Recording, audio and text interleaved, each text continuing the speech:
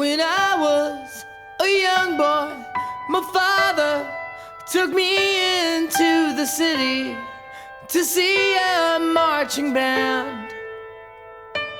He said, son, when you grow up, would you be the savior of the broken, the beaten and the damned? He said, will you defeat them, your demons and all the non-believers, the plans that they have made? Because one day I'll leave you a phantom to lead you in the summer to join the Black Parade.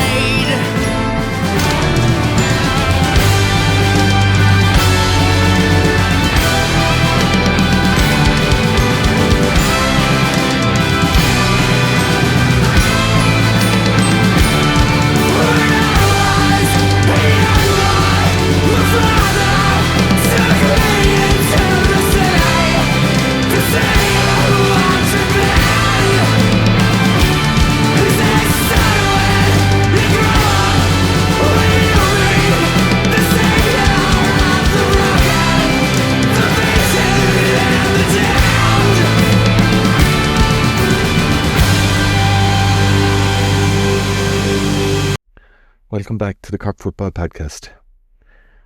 Just to start off, I suppose to be remiss not to mention what an amazing venue Killarney is. And I suppose the day had everything. It had the crowd, the weather, the location, and I suppose the buzz was back.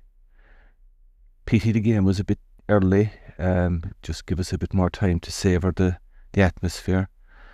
But the stadium was magical before throwing.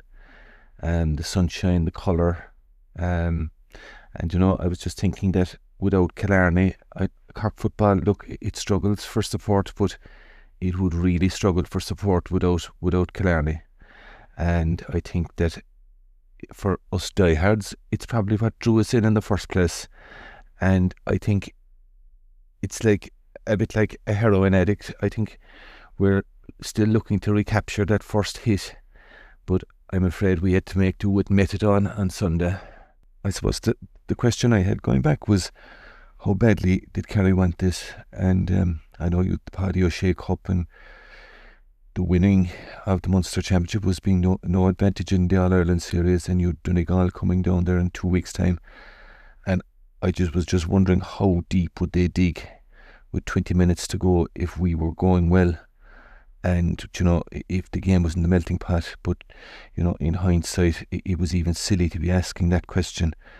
Because I suppose if you just stand back and look at it from an overhead view, football is, it's existential to Kerry. Like, their identity is completely tied up in it, even way more than Cork's is in hurling. And I think we need to understand that. And anything that's a threat to their supremacy, it's just viewed as an existential threat.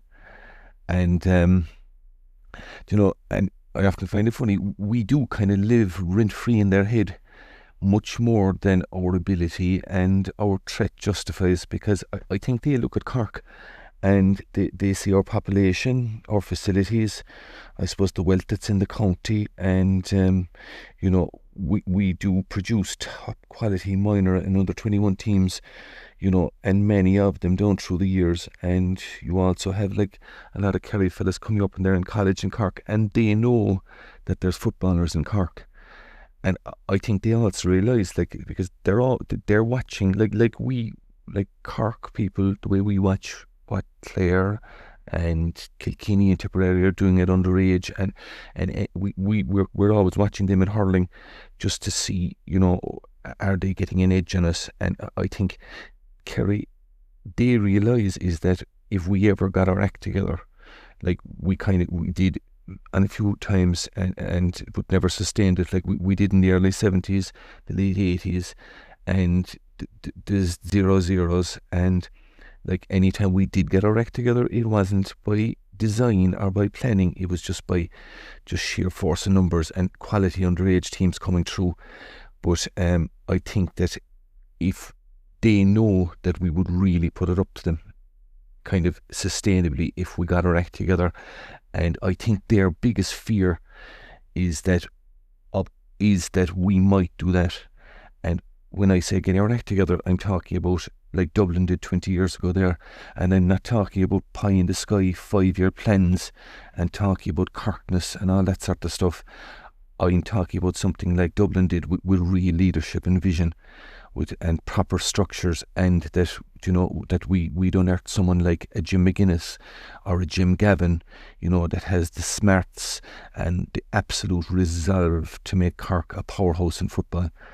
And I think Kerry, they know that potential is there, and behind the scenes they are afraid of it, because like that 6 in a row that Dublin did, that galls them, like. And just recently there, I just mentioned in passing just about Dublin 6 in a row in a different context. I was just talking about Kerry's style of play under when Eamon Fitzmaurice was manager, and like they went all out to stop Dublin that time between 2015 and 2018, and their style was kind of negative, and their player selection kind of was geared towards negativity. And I just mentioned that I thought that actually delayed the development of their 2022 winning team. And they lost to us in 2020 and Tyrone in 2021, and I think had they not gone down that road of that style that they had under Fitzmaurice, I think that Dublin probably wouldn't have won the 19 and 20 All-Irelands. And I think they know that now. And and the vitriol I got back when I mentioned that, it was something else, and it just showed I was really over the target when I said it. And so look, coming back to why I brought this up, is that I should never really have questioned going down there about Kerry's resolve on Sunday when we were facing them. Like, they know when we might start to become a threat, and they know when to step on our throats. And I think the last couple of years they didn't rate us, and rightly so. And I think they were only at half throttle against us there the few times we played them. And I think that's kind of why we put it up to them. And it was a real false barometer of the relative strengths of the two setups. This year, I think they were wary of our confidence coming down to Killarney, and they left no stone unturned. And especially with they being down so many players, they knew they had to be at full tilt, and they hadn't been at full tilt the last few times we played them. And a lot of people were saying after, if Kerry had their full panel, that they'd have destroyed us. But I actually don't think it would have made any difference. I think you probably still have this much similar scoreline, because even if Kerry had the full pick, I think we have this habit of playing up to what's against us.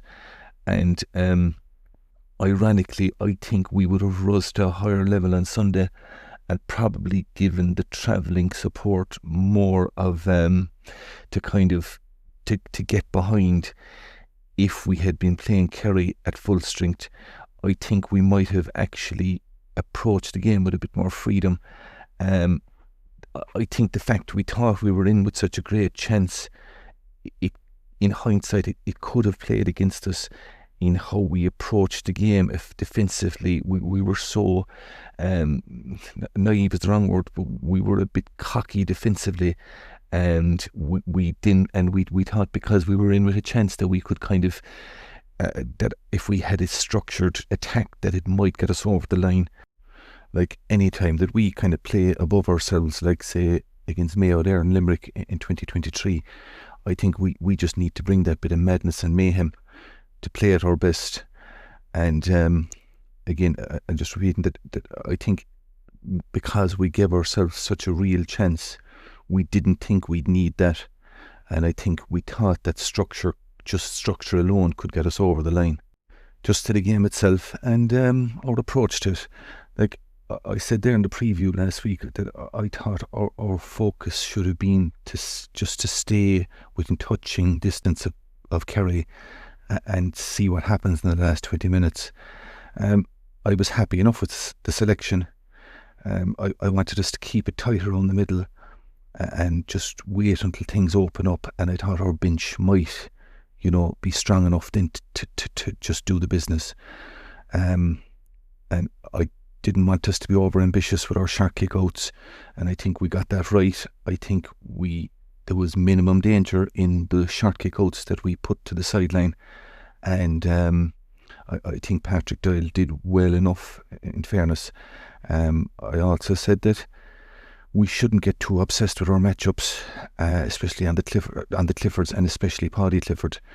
That Daniel O'Mahony, I said it. I said I wanted him protecting the square and not to be out around the sideline chasing David Clifford. And we saw Sunday what happened when that occurred. I didn't think Paddy Clifford needs special attention. Nothing got to do with it. He's a great player, but our weakness is getting stepped on the 2-point arc, and that's where we get hurt by fellas taking us on and just cutting inside on the 2-point arc and getting shots off, and that's not what Paddy Clifford does. What he likes to do, he likes to play out around the edges and give pop passes, and he's not a threat to what we're vulnerable at. Look, and another thing, I don't know if anyone, but obviously a lot of people noticed it before the throw-in, and just as the teams were taking up their place, the Kerry keeper ran down towards the Lewis Road end, and I said to myself, yes, I said, we're playing into the wind now, and that's what I wanted. And what was after happening? There was some confusion, and it was actually the other way around, and then they actually lined out as that we were playing with the wind, and I was disgusted because I thought that we could maybe contain them to 6 or 7 points at half time, if we were against the wind, and really dig in. And I think that's where Rory Dean selection, I thought was appropriate. And looking back on it, a 10-point lead wouldn't have been unmanageable, considering like what happened when we played against the wind in the second half. Like basically we were a ball off the post to drawing level with 10 minutes to go. But then I found out Sunday night, watching the game back on television, that we actually won the toss. And look, I know, and I'm not saying this now being in hindsight, I thought it was lunacy to play with the wind, because I think it signalled to Kerry that we needed to get a good start, that we were depending on getting a good start. And I think had we given them the wind, it would have put pressure on them to build that lead. Look, we started brightly. We got our couple of 2-pointers, and we went 5 points up. But look, that was fairly short-lived. And look, 2-pointers aren't, they're not, they're a one-off really. Like they're not really structured, as in rarely are they kind of from very good play where we're opening up the opposition. I think what happened, we got our couple of 2-pointers and we kind of kept looking for them, but Kerry kind of just sized us up and they copped what we were doing, and they just pushed out on our kickers.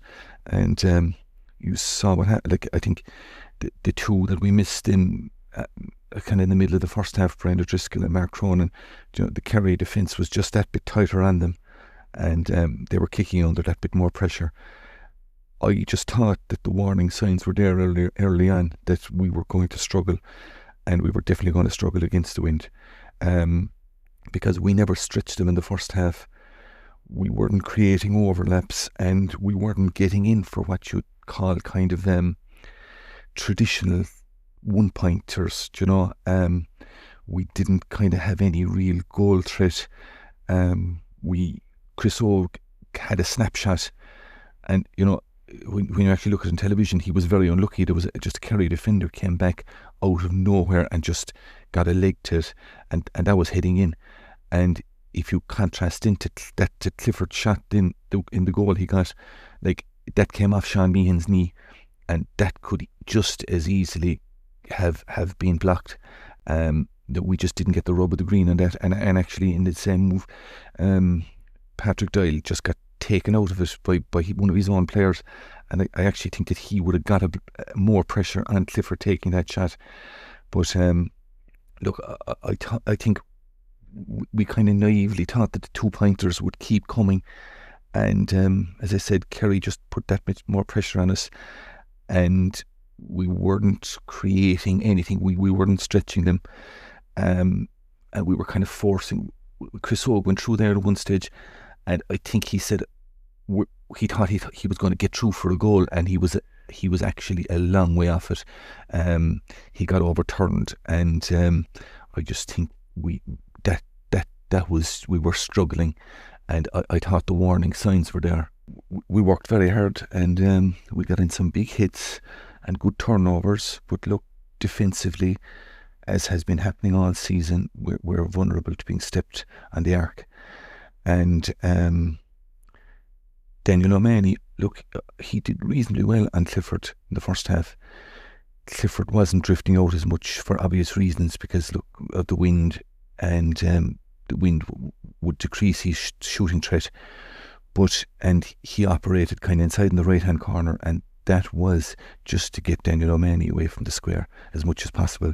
And if you see that Heinrich's chance there, the one that he didn't pass, they had a 3-on-1, and that was just Clifford basically taking Daniel O'Mahony out of the square, and the place just opened up. And just ask yourself, how would you go about dealing with David Clifford if, God forbid, that we did meet them again? And the one thing, I don't think the way to mark Clifford is going step for step with him and trying to match him for speed and strength. He's just too fast, too strong, too skillful. I think you have to accept that he's going to score 5 or 6 points in a game. Hopefully you can deny him scoring a goal, and really it is about damage limitation. And I think the key to marking Clifford is about angles, not getting too close to him and just cutting off the angles, especially say in that scenario there now where he was out near the sideline, which he was drifting out to them areas both left and right throughout the game.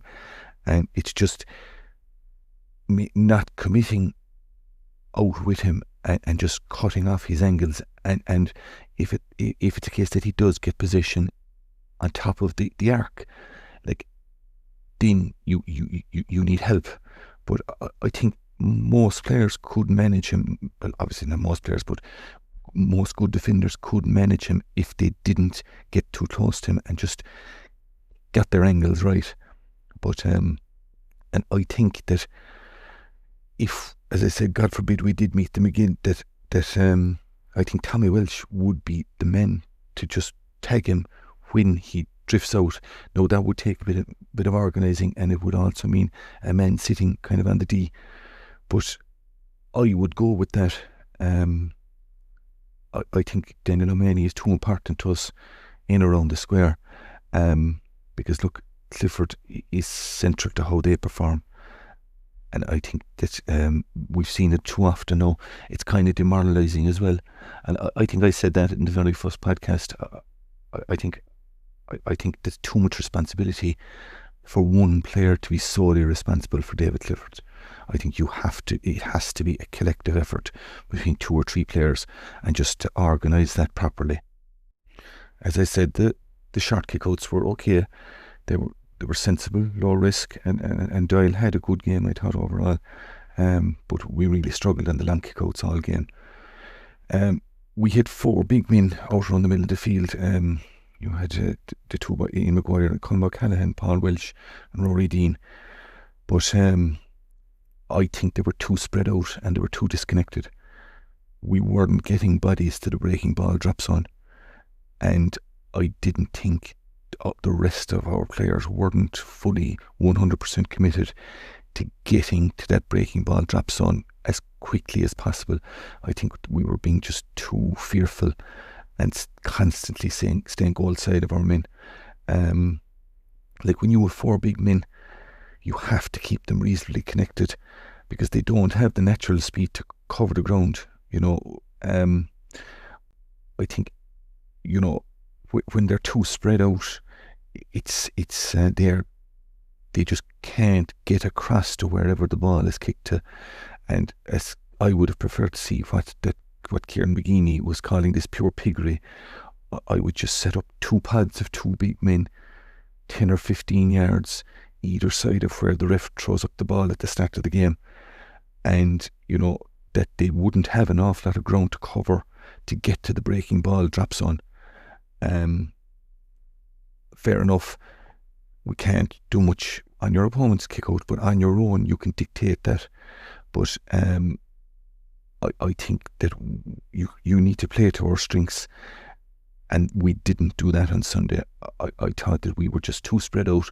We were trying to pick out players going long, and Kerry knew what we were doing, and we couldn't get our men across, our big men across, and the rest of our players weren't committed enough to make up the deficit. But look, overall, I thought Colm O'Callaghan and Ian Maguire, they were second best all day. Maguire did come into towards the end, all right, and but Colm O'Callaghan, I expected more of him. I just think he was off it. He got caught badly for the first Kerry score. He just got burned. And look, I suspect that he's either not fully fit or else he's flogged. And look, having seen the Cork League campaign in full, I don't think people realise how much he carried us on his back during that league. And I don't think that there was a player in the entire league this year that has as much influence in how their county did overall as Colm O'Callaghan.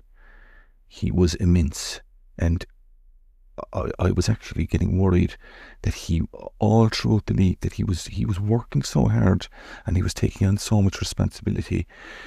He was bursting through, which he didn't do Sunday, taking on men, and I actually said it before the league final. I thought he should have been rested, and because I actually saw this coming, that he couldn't sustain the intensity that he was giving to Cork. And when you look at it, does anyone give a toss now who won the Division 2 final? And I thought it was an awful missed opportunity, both to rest. I think I said that day that we should have rested Dara Sheedy and Colm O'Callaghan. And if you listen back to the before the league final, I said that, and I thought it was an awful missed opportunity not to have given the likes of David Buckley and Corbett more game time. Like Buckley came on there the last day, and I'd say you could count on 2 hands the amount of minutes he had played all season, and he actually did fine, got a great point, and looked very comfortable. And Corbett as well, I thought he did fine. Now he's never going to be a great man to track back, but I thought he did well. He was very unlucky with that ball that came back off the post. He gave that the point that Buckley got was he gave the pass to it, and it might look nothing, but that was a perfectly weighted hand pass for Buckley, and you'd be surprised how many players couldn't do that. And there's another point of contention here, is that I think it was the first kick that he had. To my dying day, and I think there's many more people who were around me, even Kerry people, I thought that ball went over the bar. We were there between on the open stand side between the 21 and the 45. We had a perfect view of it, and I would have backed the whole lot on that was over the bar. So I actually thought he did well. No, just to mitigate against that, I thought Kerry actually had one in the first half that was over as well that they didn't get. So that they cancelled each other out. But so I think Corbett did well for what we wanted him to do. And it was just a pity as well. When he came in, he was taking up, these pre-planned positions, and I thought they should have given him more freedom just to play where he thought, that he could have been more effective. He was taking up positions out wide, and kind of, you'd know that these were instructions, and I thought that he should have just said to heck with that and just tried to go to wherever he thought that he could link onto the play. Look, we were just too predictable. no penetration, and Kerry were happy enough to let our, what you'd call, non-shooters have the ball as much as they wanted. And once we had any fella that was, that they thought that would be a scoring threat, they were in on him. They were giving him no space. And they also knew that we had no threat for anything long into the square. We never tried to get anyone running hard down the middle either, which, we were good at that there a year or two ago, and it was something we were strong at, but we seem to have gone away from it. Colin O'Callaghan was doing it during the league, but he's doing it through the league kind of like from nearly a standing start, whereas we were getting guys running there off of set plays. But we just didn't have the penetration. It seemed that we were afraid to take on the men, whether that's because we don't want to get a bollocking when we go back into the dressing room for losing possession or what. And there was even a few times that, we actually were in scoring positions, but just didn't have the sense of the position we were in on the field to actually have a go. I suppose there were a lot of people after the game there that were giving out about Stephen Sherlock, and that saying that he was poor and all that, but I wasn't one bit surprised at how Sherlock went behind there. And Jason Foley is a speed merchant, and Sherlock just didn't have the speed to get away from him. Even in the first half, when we were, when you could say we were even slightly dominant, he wasn't getting on anything. He was constantly being pushed out on his weaker foot. I was surprised that he didn't, switch over to the other side just to switch it up a bit and maybe try and get on his right foot and down the other wing once or twice. One thing another I was disappointed with him is that we were in front of that there, and where he was in the second half, there was definitely 2 or 3 opportunities that he could have shown on the inside, but he just didn't back himself. But look, and his head kind of went down then. He missed an awful opportunity then to get to play in Luke Fahey on the overlap, and Fahey was raging after it, and that was a chance. That was a chance to actually, it was the first time we kind of got in around the back of him, and it was just a chance we left slip. Look, and I'm not getting into, and I don't want to be criticising him because we've gone through all that before. He has improved defensively, but he just doesn't have the speed to do damage consistently at the very top level and against the top opposition. League pace and summer championship pace are night and day. No, we're not going to be meeting that quality all through the championship, and there is a place for him. But if you look there at Roscommon on Sunday, they had Derek Craig coming in and kind of doing, a kind of a cameo and hitting 2-pointers. I kind of saw that role for Sherlock earlier in the season, but look, our options are limited now anyway, and through injury, we haven't developed any alternatives. Hurley is too injury prone, and I don't know how long he's going to be out, but it is what it is now there with Sherlock. And look, it would be unfair as well not to mention the sideline that he got in the first half. That was an unbelievable kick. There's a video going around there of it from inside, just inside the wire, and you can see the talent he has when he has the space. There's very few kickers as good as him in the country. It's just a pity that he just doesn't have that speed to make him the complete package. Another disappointing thing was the speed of our transition. It was awful, and every time we were transitioning, there was always a lateral pass. We rarely tried to get a man away with a quick 10 or 15 yard hand pass to a man heading towards the opposition goal. Look, the first 2 passes in when you're transitioning, they're the crucial passes, and with every subsequent pass after them, the chances of the creating an opening are decreasing, and the chances of being turned over are increasing. And if you just look there right before half time, we were trying to beat the Hooter, and it just shows what we could do. Ian Maguire, I think we won a turnover. Ball got to Ian Maguire quickly, and he gave a hand pass forward. I'd say about a 20-yard hand pass to Shanley on the run, and he had to shoot obviously because he was trying to beat the clock. But within seconds we were going up the field, and I can't understand why we weren't doing that throughout the game. And in saying all that, Corbett's shot there that came off the post, that goes over, and we're level with 10 minutes to go. But look, I think our overall approach and our overall play, it just didn't deserve to be that close, but we were for some reason. And the further away from the game you get, it actually, you actually become. You said, geez, we were very close at one stage, and Colm O'Callaghan had a free call against him there in the middle of the field, and we had him on the ropes.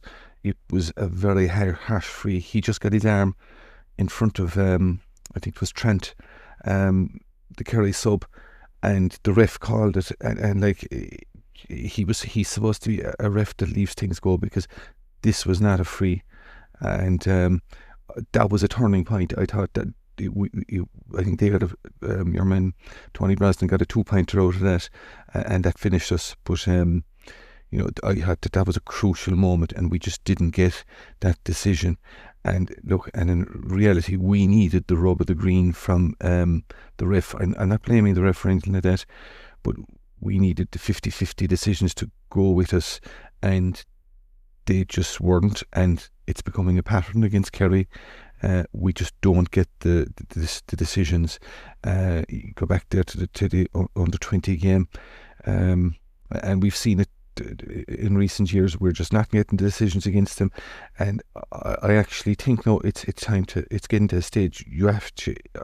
Before I wouldn't have been kind of reading much into it, but it's becoming such a pattern now that you have to start asking questions of what's going on. And the question I'm just wondering is, can counties object to referees? And I just wonder, are refs, both established refs and up and coming refs, say for example now that Clare ref that did the under 20 game, are they afraid of Kerry objecting to them or something like that, and that they're afraid of not getting games, bigger games later in the season, because obviously they know the Kerry are going to be involved later on in the season. And I'm just speculating, is there something like that going on? Because it's becoming an awful pattern. I suppose now what we have to ask ourselves is, where do we go from here? And I suppose being realistic, I suppose the outside of my ambition anyway from this year was possibly maybe to do what Meath did last year and get to an Ireland semi-final. That would have been very optimistic. That's highly unlikely now. I'd say a quarter-final would be the very outside of our limit. I don't think there's going to be any major changes in personnel or tactics. I don't think... I think Cleary and Kevin Walsh, I think they're wedded to what they're at, and I don't think there's going to be any major changes in our outlook at this late in the day. I don't think they're going to be thinking long term about Division 1 next year and developing players or anything like that. I think they'll be going with their tried and trusted. You'll see Buckley and Corbett getting limited enough game time again. This and look, to give them their due, this methodical structured play and style that we have, it got us promotion. It was probably needed to get promotion because Division 2 is so tough to get out of, but that style, it doesn't have the dynamism and the ambition needed to do well in Championship. And I think we're not going to see any change there within the boundaries of that current style and setup, what changes could be made? I would reckon that Rory Dean's race is probably run, you know, in getting significant game time. He's been an unbelievable servant. I thought if midfield had been set up correctly on Sunday, I thought he could have been more effective. He didn't have a very bad game, but he wasn't. The game kind of did pass him by. Dara Sheedy, hopefully he's going to come back in. The word was that he was going to be fit to get some game time last Sunday. I presume that they just, looking ahead to the Meath game, they decided not to risk him. I hope that's the case anyway, that he'll be fit to play a role in the league game. He will make an awful difference to us. I know he's only young, under 20, but he will make a difference. I'm not sure how much of a difference he'd have made last Sunday back there, but he would be a big help. Actually, come to think of it, he probably would have. We did need someone, linking better last Sunday, and he does. He's very composed. We didn't have any composure last Sunday. The one thing I probably would like to see is that they might take a gamble with is maybe looking at Brian O'Driscoll in the half-forward line, along with Sean McDonald and Dara Sheedy, and you'd have to be bringing Matty Taylor or Rory Maguire in at wing back. I think they're much of a muchness. They both have strengths and weaknesses, but I think that might, and then what you do have to do with Paul Welsh, the conundrum then would be, do you drop him or do you move him into midfield instead of Ian Maguire? I think Paul Welsh has improved, and it would be harsh to drop him. So I think that maybe we could do something around that combination there with Brian O'Driscoll moving forward, Paul Welsh back into midfield. I think although against Meath now, when you look at it, they have big men around the middle of the field, so that's highly unlikely that they're going to drop Maguire for that game. But just as the week went on there, and that's why I kind of left it to do this until later in the week, because I just wanted to kind of get the disappointment out of the system a bit. But it just came into my head there that and a few people have said it to me as well as the week has gone on, that look, it was very disappointed coming home out. I just think that a lot of the disappointment was centred around what a beautiful occasion it was, and that we missed the opportunity, to cap off such an amazing day with a better performance and possibly a win. And I think that also the opportunity that was lost in just maybe showing that them day trippers that went down, like that the football is worth following. But I just thought to myself there during the week that Meath played in last year's Leinster final, and they lost to Louth. And I remember after that, like Meath losing to Louth, is the equivalent of us losing to Limerick. And they were disgusted after that last year, and they got a lot of criticism from within the county and even around, in the media in general, like that they weren't, that there was after being a bit of a false dawn, and that when Louth were able to beat them. But they went on, they picked themselves up, they beat Kerry, and they went on Ireland semi-final, and they came away out of that last year after having a great season. And I think we should look to that. We have to remember, we played the All-Ireland champions. Fair enough, they were down a lot of players, but Kerry have abundance of players. They can go back into another 10 or 15 players, and they're still quality. And they had their main men as well. I think Clifford, take Clifford out of that Kerry team, and they come back down into the pack big time. As I think he just takes up so much headspace and so much attention that other players benefit from it. So I would see, all isn't lost. I actually felt like it was, coming home Sunday evening. But I think if you look at that, what happened to me last year, I think we can take heart from it, and we should just pick ourselves up now and go at it again. And I think we're going to learn an awful lot from Sunday as well. That if we do find ourselves in a position like that again, that just things aren't clicking for us, and that we just have to maybe just move away from that, these structured setups and planned moves, that I think the players will probably, give themselves license, whether the sideline do it or not. What I mean by the sideline, the coaching setup, whether they give them license or not, I think the players themselves will probably see on the field that this is not going to, they're not going to get over the line if they stay at that. And I think if we find ourselves in that situation again, I think the leaders on the field, the Sherlocks, the Colm O'Callaghan's, these guys, I think they'll just say, look lads, we just have to, we're going to do something different. And I think they'll be saying, to heck with if you're going to get a bollocking after or not, they're just going to just take the bull by the horns. So look, I'll leave it there. So hopefully we'll see you all in Parky Ring there on Saturday week against Meath. And I think, look, it's going to be a difficult task playing Meath. They're going to have plenty of time now to size this up, but we know that there's much between us, and I think if we, approach this right, just put this behind us, I think a win against Meath and we're back up and running again, and hopefully this was a once off.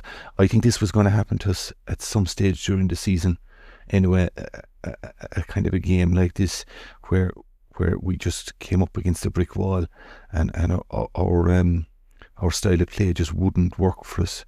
So I think we learned from it. It's well off we got it out of the way. It was just a pity it had to happen in Killarney, but I think we'll learn a lot from it. So look, I'll leave it there. So good night and God bless.